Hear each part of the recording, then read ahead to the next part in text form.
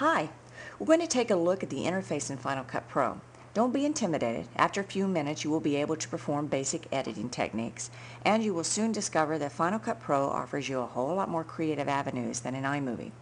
Here you have the bin. Let's think of this as your filing cabinet, where you're going to keep all of the video and audio that you've captured. Here is your viewer window.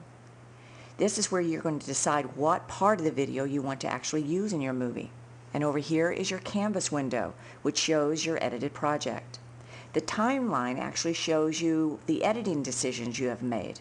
Here we can trim our video, we can move it, we can adjust it until we get it just like we want. Here is your tool palette, and here is your audio meters. Sometimes they like to hide. You can always find these if you go up to Window and make sure that they're checked here. Also, the same goes with your timelines. If that happens to disappear, you can bring that back usually by going Window to Arrange and then Standard. If that doesn't work, you can come over here and click on Sequence, and that should bring it up for sure. Down here is your playhead. I can scrub along the timeline. I can click on Home and bring it back here to the beginning of my sequence, or I can go to my keyboard and hit End, and it should jump to the end of my sequence. Alright, now let's go over a few steps before we actually get started with this simple editing exercise. On my teaching tool page, I have some raw footage for you to use. You're going to choose one of those, and then you're going to save it to your desktop. Then you're going to open this up by going to Final Cut Pro. After you open up Final Cut Pro, you're going to click on File, you're going to import it, go to Files, browse to your desktop, find it, choose it, and it's going to appear right here in your bin, and that's what mine is done. I can rename this. I'm going to call mine, by clicking on it, I'm going to change the name to Italy. I got this footage while I was in the Mediterranean this summer. Alright, a few more steps. Alright, now I'm going to click on my footage, and it's going to bring it up in my viewer. As you see, I've already done that. Now I'm going to decide what part of this video I want to use in my movie. So let me see. I like it where it begins with the children with the pigeons on their head. So I'm going to start my clip right here. I'm going to add an I on my keyboard for N. So you'll see the end point comes up.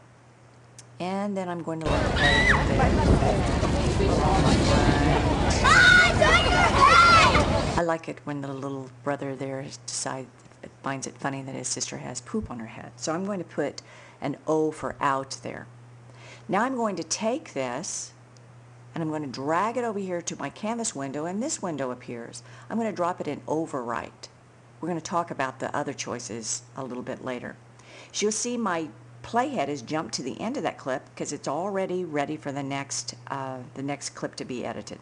So I'm going to go back here and see what I have. As you see, it's exactly where I started it and where I finished it. Now I'm going to tell my playhead that I want my next edit to start right here. So I'm going to push an I for N, and you'll see that end point comes up.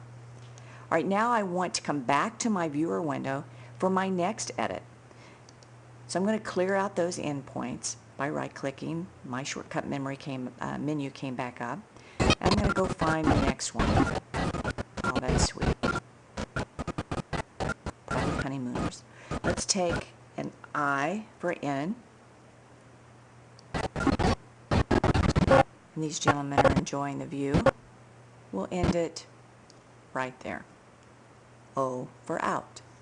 Again, I take it, I drag it over here to Overwrite, and there it is. Down my toes.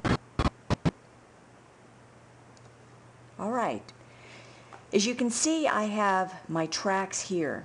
I can add more tracks if I want by going up to my sequence window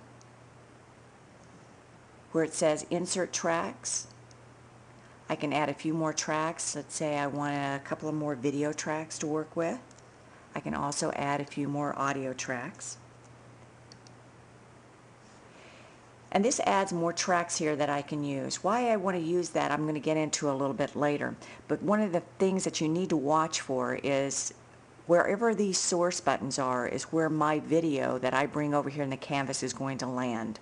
So If I don't want my audio, for instance, if I added music to this, if I don't want my natural sound that I've laid down to disappear, I'm going to make sure that I move my source buttons down to a new track so this isn't erased. I can also lock these out so that I don't make a mistake and go over that.